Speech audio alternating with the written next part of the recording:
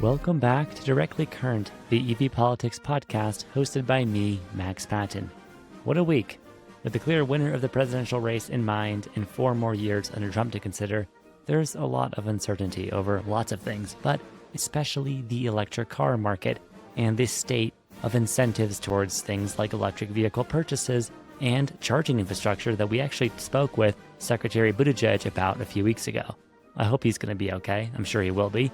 But this administration and all of its cabinets will, of course, be different. The Republicans have clear control of the Senate, and they may also have a narrow majority in the House. We know for President Trump, or I should say former President-elect Trump, his feelings on EVs aren't super rosy. But on the other hand, we also know that he's received a lot of support, financial and otherwise, from Tesla CEO Elon Musk. So with all those unknowns for this episode, I want to bring in the big guns. So that includes not just my boss at the American EV Jobs Alliance and political guru Mike Murphy, but also the executive editor of Detroit's venerable publication Automotive News, Jamie Butters, who also is a frequent host on their Daily Drive podcast, which you really should listen to as well. But on this episode, he is our industry expert, and of course, so is Mike Murphy, because don't forget, Mike grew up in Detroit. It's his hometown, even though he is an LA guy now. So there's a lot of good inside baseball in this episode. And it's hopefully a fun distraction from what may be, I know, a very hard week for many of you. The automotive industry charges on regardless, and we're going to prognosticate to the best of our ability. Please enjoy. I'll start with Jamie. What are some just like top level bullet points about things we can expect to see early in this new Trump administration pertaining to EVs and cars in the US? I mean, the big one, and I've been hearing this for months, from people in the industry and especially investors in the industry, they really believe that, you look at the Inflation Reduction Act, which, was really a product of some amazing congressional sausage making, thanks to the senator from West Virginia. It has all these funky elements to it. And the belief was basically if Trump gets elected, he's going to take away the consumer tax credits on EVs. The lease thing right away, and if he has Congress with him, probably all of the consumer credits, and we'll see how the Congress thing works out. But the belief was that he would keep in place the manufacturing tax credits, the ones for building EV plants or building battery plants, maybe partly because a lot of those investments are in red states with Republican governors, or just, because he likes factories and people to have jobs in factories. But we'll see how it actually plays out, because there's a lot of complicated, every action has an opposite reaction. So a lot of complicated levers going on.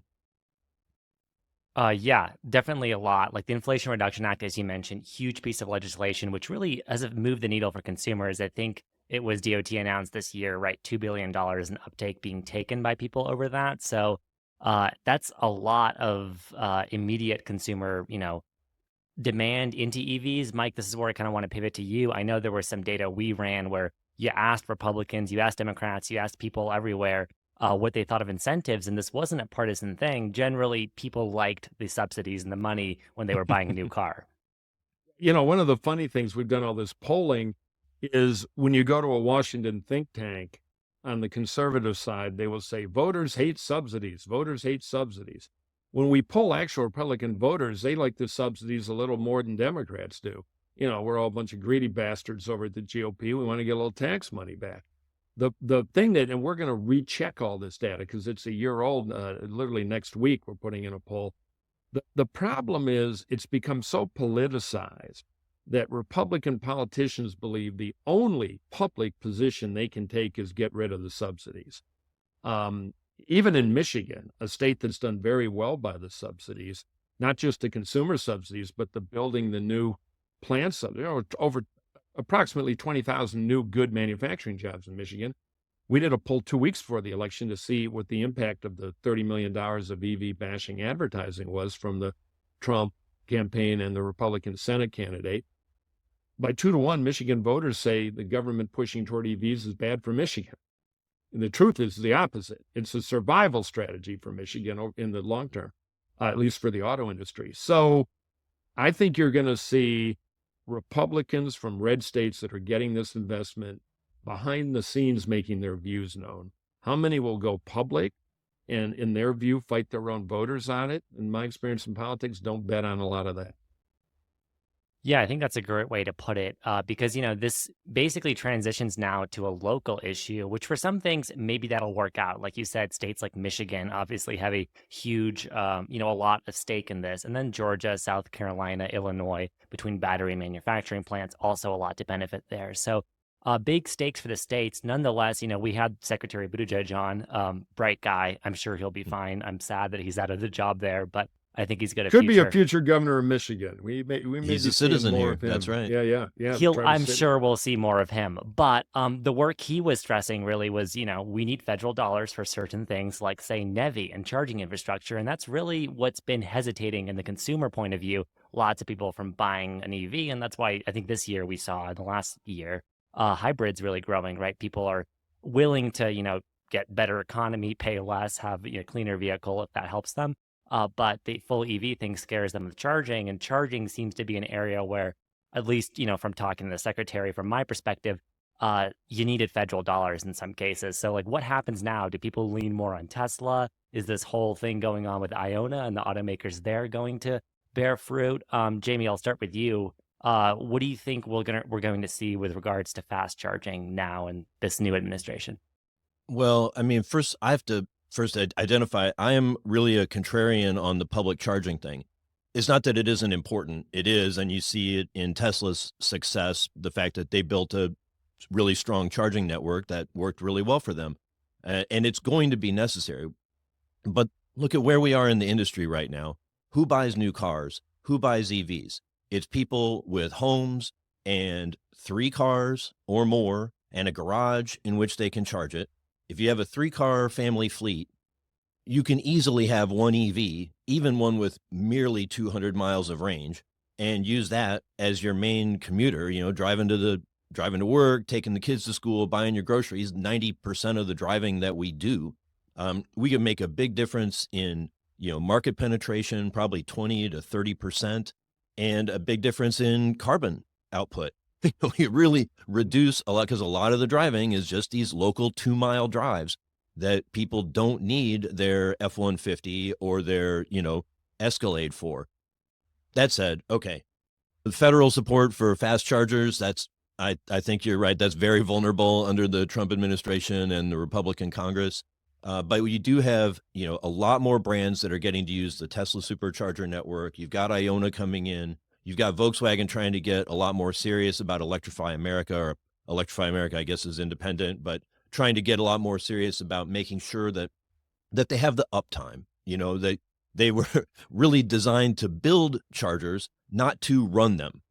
So they had very poor operating levels. They were often down. They get vandalized. People steal the copper out of the charging cables. It's a problem. They are working on it. And, so I think charging is going to get better. You think about the whole EV market, there are many elements on different timelines. And, you can go back and look at Tesla and the way they built that company. Elon can be flaky about things, but he and his team were really smart about looking ahead at where the potential problems were and getting ahead of them. And so I break it down. There's the vehicle, and we're almost to where we need to be on vehicles. There's battery chemistry. We're probably 10 years away, 5 to 10 years away from truly economical battery chemistry. You've got public charging, which you're going to need to get from 20 to 30% up to 50% or more. But the other big one, especially under the Inflation Reduction Act, is mining and refining. That we don't want to be dependent on graphite from China. We don't want to be dependent on anything from China.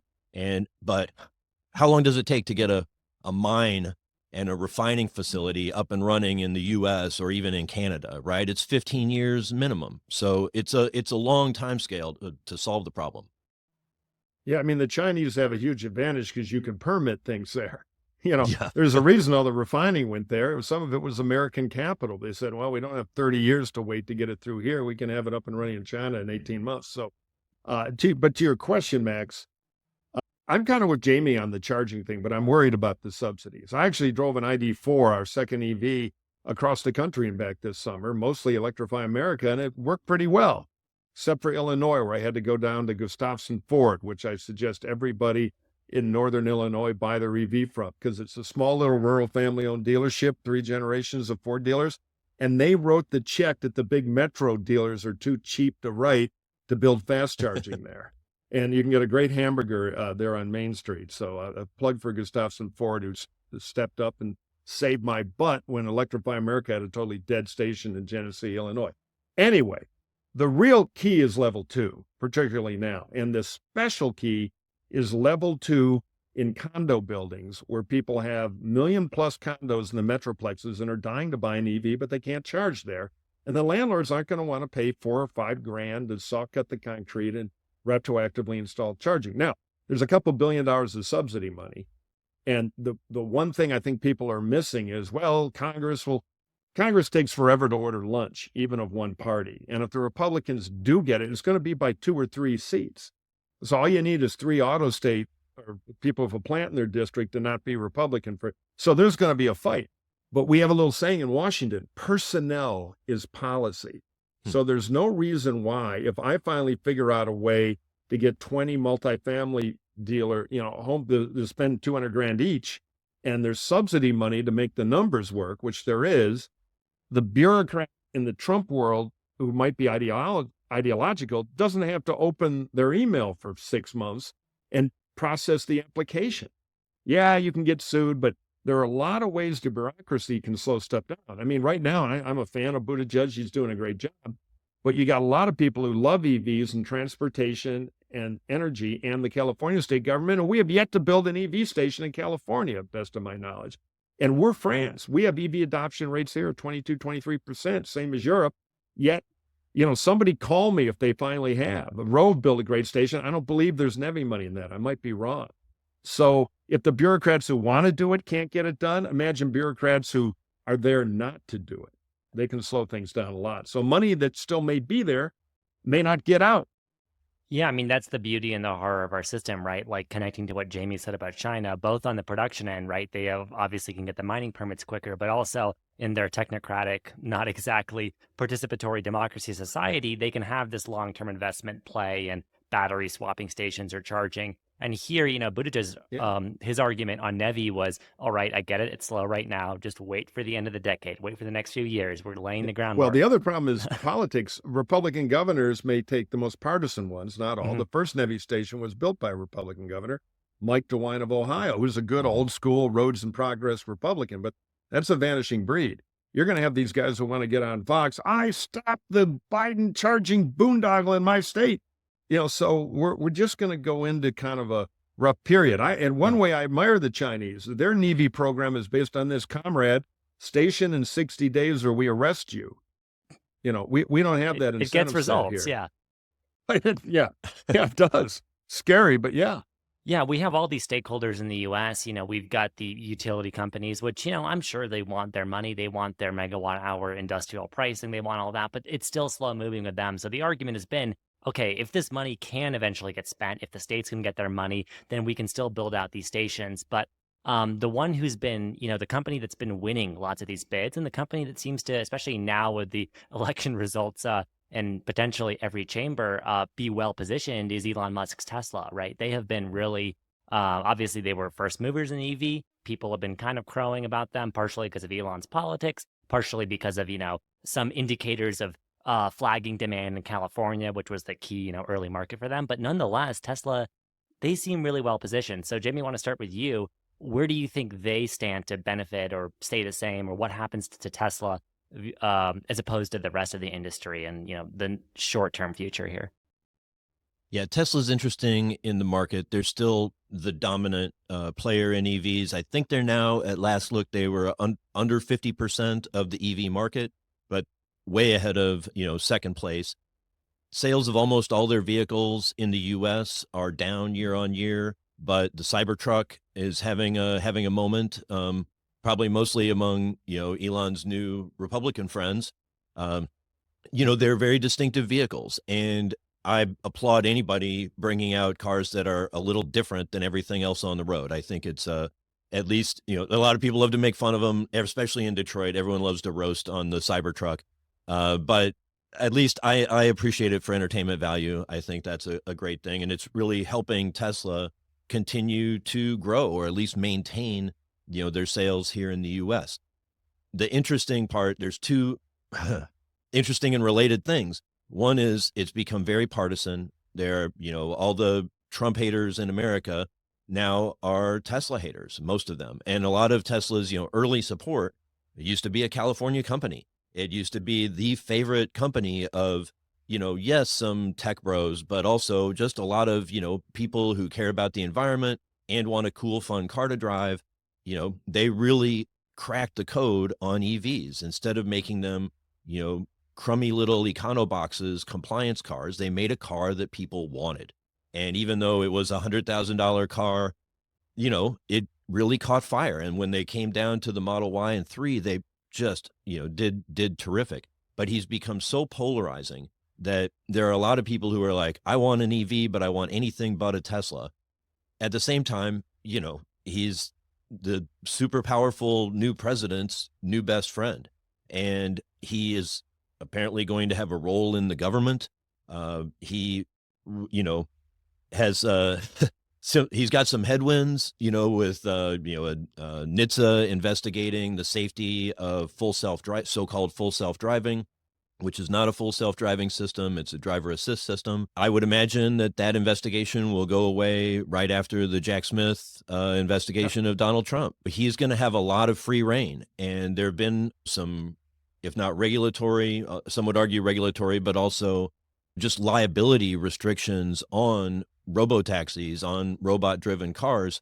That could be a wide open area for Tesla to, take off and do whatever they want, take their chances, and make the roads of America a big experimental playground for robotaxis, and people should watch out where they walk. Yeah, I think that's really interesting because I just saw, I think it was today, but statements during the campaign made by Trump were essentially, we want Americans to have freedom. We don't want to have to drive electric cars. We don't want to have to drive driverless cars, which is funny because that's so not in concert with his, new best friend, Elon Musk, and the vision of the cyber taxi, cyber cab, which maybe those are kind of like Cybertruck, if anything, almost marketing vehicles. Though, like you said, Cybertruck itself is selling really well, which I think has also defied a lot of people's expectations. So I guess you can't ever really count against Tesla. I mean, you'd be foolish to, right? I mean, there's still some headwinds they can face, especially if China and BYD are able to crack into the U.S. somehow, which they still might be able to. So, Mike, I know you've done a lot of, polling on Elon. You have a lot of thoughts. You wrote a column a few months ago. Obviously, world was very different back then, but about Elon's potential effect on the EV market and Republicans who, maybe are more receptive to buying an EV because Yeah, of I mean, Elon. he could be Nixon to China, so to speak. Yeah. The data we did a year ago, and we're about to redo it, and we'll be releasing that, evpolitics.org. It's funny. You're a Democrat and you're asked the question, is Elon Musk a good ambassador for EVs? You answer basically 2-1, 60-30, hell no. They don't like him. If you're a Republican, you're 2-1, he's a great ambassador for EVs. The problem is the Republicans are also pretty heavily anti-EV. So Elon is popular with the people who hate his product and unpopular with people who like his product, which is why the Tesla CMO is probably on election night was watching returns, sitting at a desk with a bottle of whiskey and a revolver. As he becomes more polarizing, and you look at Tesla's dominant market share shrinking a bit. So I have a feeling that Elon's agenda won't be global EV. He could be the guy, and Cybertruck might be doing this. We don't have, numbers on Cybertruck penetration is a lot more Republican than normal for EVs. But he could be the guy who opens up that market. The EVs are okay. I'm Trump's best friend. I'm Mr. EV. On the other hand, on the subsidies, some people saying, he'll never let Trump slash IRA subsidies and everything. It's not in Tesla's interest to subsidize their competition. If the competition gets in trouble, two good things happen for Tesla. One, they stop losing market share, which the Elon brand has been doing for them. And second, the most profitable thing Tesla does isn't rockets, it isn't solar panels, it isn't even the Model Y. It's selling credits to other automakers to help them meet emission goals. So I wouldn't be surprised. The most selfish thing for Elon to do is kill all the subsidies but keep the strong emission standards. And I will make a frigging fortune selling essentially the CO2 version of a papal indulgence to the traditional North American auto manufacturers. So I think Elon will take care of Elon. I also predict that this bromance, like all Trump bromances, will not last. He's a one-man band. So is Elon. Steve Bannon, he was the brains, he was the best friend, and now he's got a closet full of orange jumpsuits. So we will see how this goes. And finally, people are looking at this on a 4-year footprint. Don't forget the midterm elections. We're going to have Congress held by 3 or 4 seats, probably by the Republicans. We're still counting votes in California. But, that can change. Traditionally, the new president has a bad midterm. And, I can't see the future, and I have been a Trump critic, but I don't think it's a crazy bet to think it's going to be a bumpy time in the Oval with President Trump. And so if the Dems take the House back, they get the checkbook and the appropriations and everything gridlocks. So whatever big policy changes they want to do, they will have to do quickly, is my guess. Yeah, and IRA, as we've discussed, that's mammoth legislation, even for them who, they've vilified it for sure, but that's going to be really hard to kind of take apart, even with every branch of government and control by a narrow margin. That would be tricky, like you said, Mike. It can only take a few people with want some pork barrel for their state to kind of say no, and that's going to hold everything up. The other just loose thing I think people are missing is we talk about the California CARB standards, and the waiver will be under attack again and all that. As written in stone, they're written in pencil, heavy pencil, but pencil, because the governor appoints the CARB board. Not all at once, they're staggered, but we're going to have a wide open governor race in 2026 in California with multiple candidates. And Californians don't know that ICE cars are going away, at least new car sales, used stick around. And that's going to be a campaign issue, and that could have a chilling effect. And you could have somebody elected governor who says, we got to slow this down, and starts changing the CARB board. We are at a time of uncertainty about all this. The only certain thing is that we're arguing with ourselves and thinking about blowing up subsidy and chanting USA #1 with retired professional wrestlers. China's, building IP and looking at a worldwide conquest strategy for EVs. Yeah, I mean, we just had a few weeks ago Farley driving the Xiaomi XU7, saying this thing is amazing. We should be terrified. I know he's been sounding the alarm, and then I emailed him. Where can I get one? Yeah, I know. Please import one for all of us. That would be wonderful. Yeah. Just stick a blue oval on it, and the problem's solved. Yeah, a little rebadge effort. I think Elon gets a lot of attention. He should in Tesla, but cooler heads, and it seems, are in some sense prevailing too, because Jamie, I feel like this is super relevant for you, right? A lot of your team of reporters have really been tackling the whole GM Ultium story and how that's turned from what was seemed like almost production hell into now like, okay, there's a lot of vehicles on the road. I'm seeing Equinox, I'm seeing Blazer. They're scaling this. They've got more battery strategy going on. What's going on with Detroit at large, but specifically with GM and the big effort to potentially, sell to those people who are now going to be, Trump, Elon haters? They don't want a Tesla. Yeah, I saw one of our investor friends was saying, Tesla is the only automaker that can survive in a post-IRA world, but GM is close.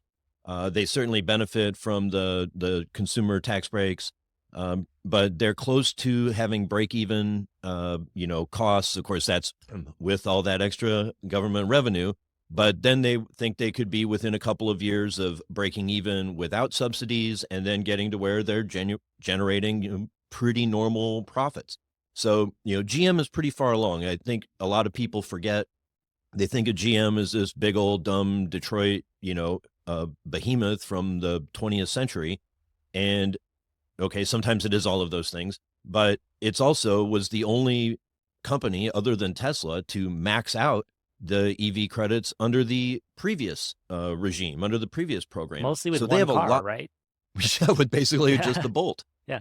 So, they don't call it Ultium anymore. They debranded it, which I guess makes sense because who cares what you brand your battery and your EV platform anyway.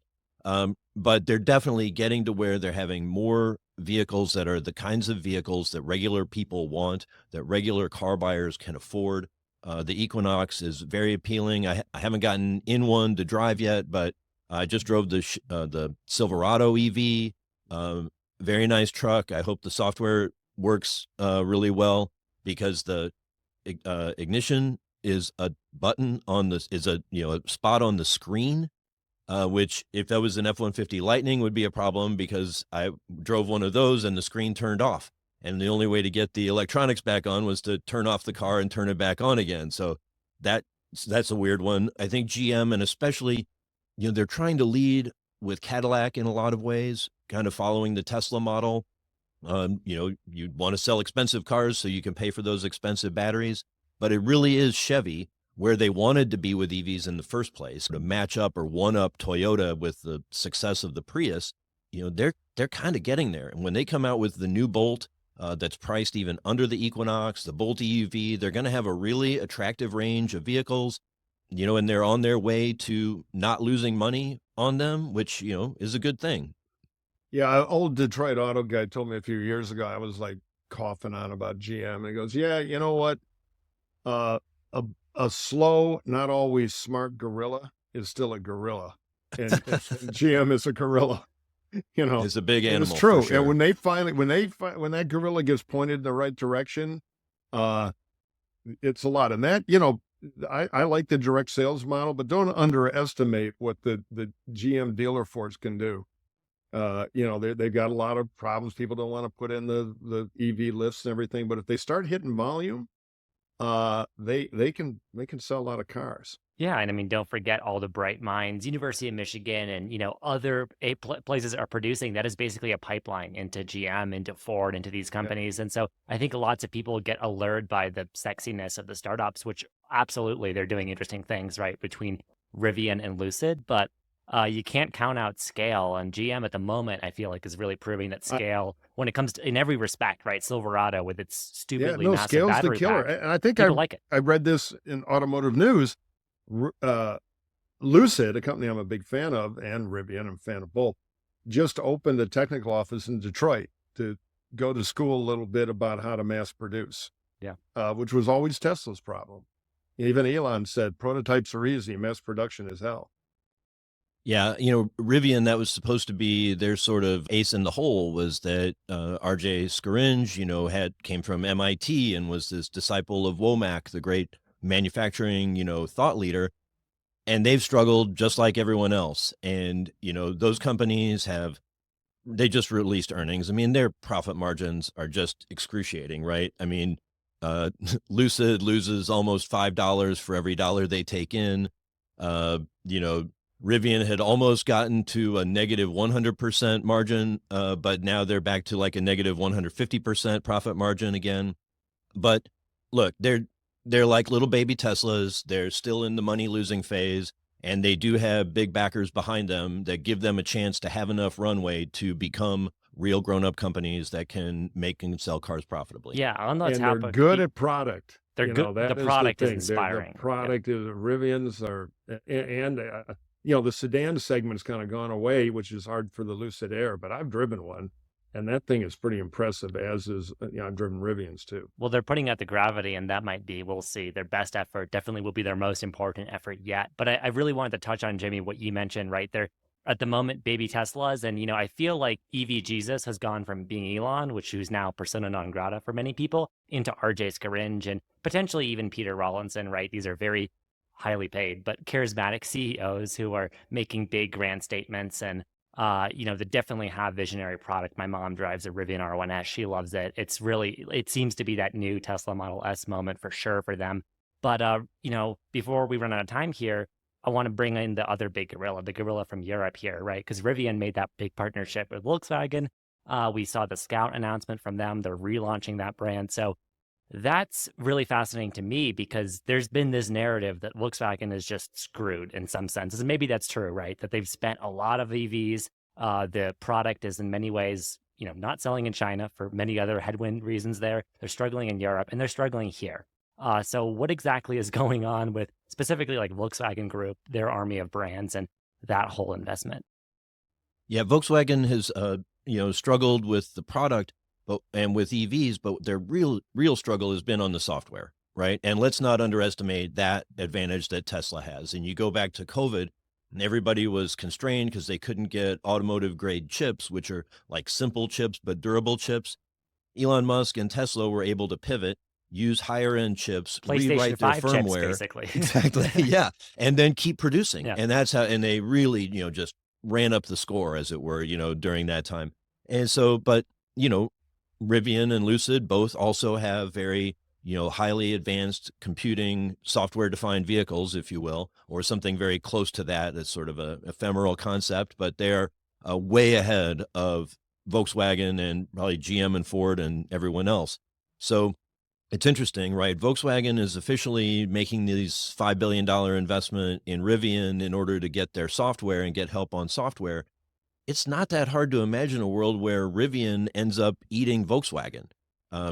If we were to proceed down an EV road, right? Because they are the masters and Yeah. they're at least farther along in some ways. And this Scout thing, I guess it's a retro thing for the people who are into it. That's cool. I think they look nice, but like the truck, to me, it looks like an F-150 that got hit with a Rivian stick. Rivian already is, the leader in those, high-end, off-road capable adventure electric vehicles. The interesting thing with Scout, they made one key pivot on their way to the reveal, which is to say they're going to have, basically turn them into plug-in hybrids. They're going to offer the, range extender, which means you have a gas engine and a gas tank, and you, once you run out of your initial battery, you just generate your own electricity on board. What I'm hearing, the very early orders are heavily in favor of the, the extended range, the plug-in hybrid version. So Scout maybe isn't really going to be a Rivian competitor. It's going to be, this EREV brand that whatever, they sell a few vehicles. I'm really worried about the outlook for that brand. And of course, along the way, they're also ticking off all the VW and Audi dealers who don't have a proper SUV or a pickup or, a really attractive EV like that. I'm not saying the ID.4 isn't nice, and the Buzz is going to be fun. But again, kind of maybe a limited market for that. So a lot of interesting challenges at VW. I may be nuts, but I could see that they're going to build a beautiful plant in North Carolina to build that Scout. I could see that thing knocking out Rivian. You just sounded like Trump there, Mike. The beautiful plant. Big, beautiful yeah, plant. Beautiful, fabulous, best ever. Never see anything like it. I did it. I designed it. But yeah, so I think the VW Rivian partnership could grow because the software and design from Rivian, manufacturing know-how and capacity from VW. And the ability to sell worldwide. So there's some natural synergy there. I'll make another crazy prediction here because why not, right? Why not? So, Electrify America, terrible brand, a lot of new hardware, a lot of old hardware, but the hardware is subsidized and cheap right now. It's a buyer's market because you got so many companies coming in trying to sell DC charging. I believe under the diesel penalty thing that led to VW being kind of forced to create Electrify America, that is about to end. I wouldn't be surprised to see somebody buy like even Ionity simply because the one asset, like you'd change the name, you'd upgrade the hardware. What they have is installed high-powered location. Yeah. It takes years in most places to entitle. Between the power company, we can't do it. It'll take 3 years. You got to wait for a transformer. And we want $1 million to put in the power. In those Electrify America stations, it's all there. Now, a bunch are in Walmart parking lots. You can kind of go through. But I'll bet they would sell that for nickels on the dollar to get out of it in the current Volkswagen squeeze they're in. Mm-hmm. And, it's an interesting idea because they're the only time machine. If you want to put a lot of stations up quick, because entitlement takes so long, you got to go buy an existing thing. And, EVgo is a bit of a financial basket case too. None of these charging things are working. I wouldn't be surprised to see some consolidation and rebranding. Yeah, that could be someone's bargain. Absolutely. Well, thank you both of you for your time today. Just one more thing before we go. We've mentioned lots of brands. I don't think we've run the whole gamut of the auto industry. So is there any particular, story you think, Jamie, that's being underreported right now? I know, the Japanese, we didn't mention them. Nissan's bleeding at the moment. Toyota is doing its own thing with hybrids, doing quite well. Anything that you think is kind of underreported as pertains to auto, cars and EVs in this transition? that people maybe aren't paying attention to? Well, I think you're right to bring up the Japanese. We also here's the other thing. I mentioned GM as being close to, break even, close to competent on EVs. Hyundai and Kia are right there as well. They claim to be, profitable or break even on, I'm sure, on a marginal level, but that's the first step. They make really attractive EVs with good technology. They're part of, Hyundai is a big company, right? Hyundai and Kia globally, they're whatever, fourth or fifth biggest in the world, but that's just a small part of the broader industrial behemoth that is the Hyundai Chaebol, right? They make steel, they make ships, they can move a lot of money around. You talk about deep pockets to subsidize the growth curve on EVs. Hyundai has it. They believe, that look, the future is electric globally, whether America can hide from it for, 3 to 5 to 8 years or not. That's where it's going to be. And they are going to be very competitive. They're going to be very strong. And the Japanese giants, don't sleep on them. They are working very hard under the level. It's under the surface. It's the duck paddling thing. Toyota is making progress. Toyota, here's the thing. Toyota isn't going to go all in on EVs. When you make and sell 10 million vehicles a year, you can't lose $5,000 to $10,000 on each one, or you just don't exist for very long. But they are working at it. You've seen what they've done on hybrids. They're now more than 50% hybrid in the US. They're working on the battery chemistry, a lot of advanced battery work by the Japanese automakers. Honda is super serious and laying the groundwork, and they're not going to go in when it's going to make them too vulnerable, but they're going to be ready and they're going to be very strong, I would say, by the end of the decade. And it's with or without the Trump, setback for EVs, it's going to be a very competitive market in the 2030s. Thanks to Mike for joining me and for cutting the checks and keeping the lights on to keep this whole thing running, but also a big thank you, of course, to Jamie for giving both of us his time and insight. There's really no one I'd rather learn the inside scoop of Detroit from, and you can listen to Jamie and his colleagues on the Daily Drive podcast, which we'll link in the show notes. And of course, all of the writing is at Automotive News, which is a great publication that if you're in this industry, you might want to subscribe to.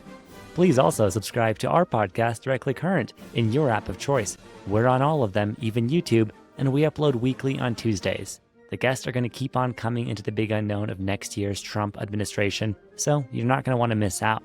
You can check out all of the research, writing, and public work that we're doing at the American EV Jobs Alliance by going to evpolitics.org. Again, all of these notes and links are in the description. Until next week, charge on.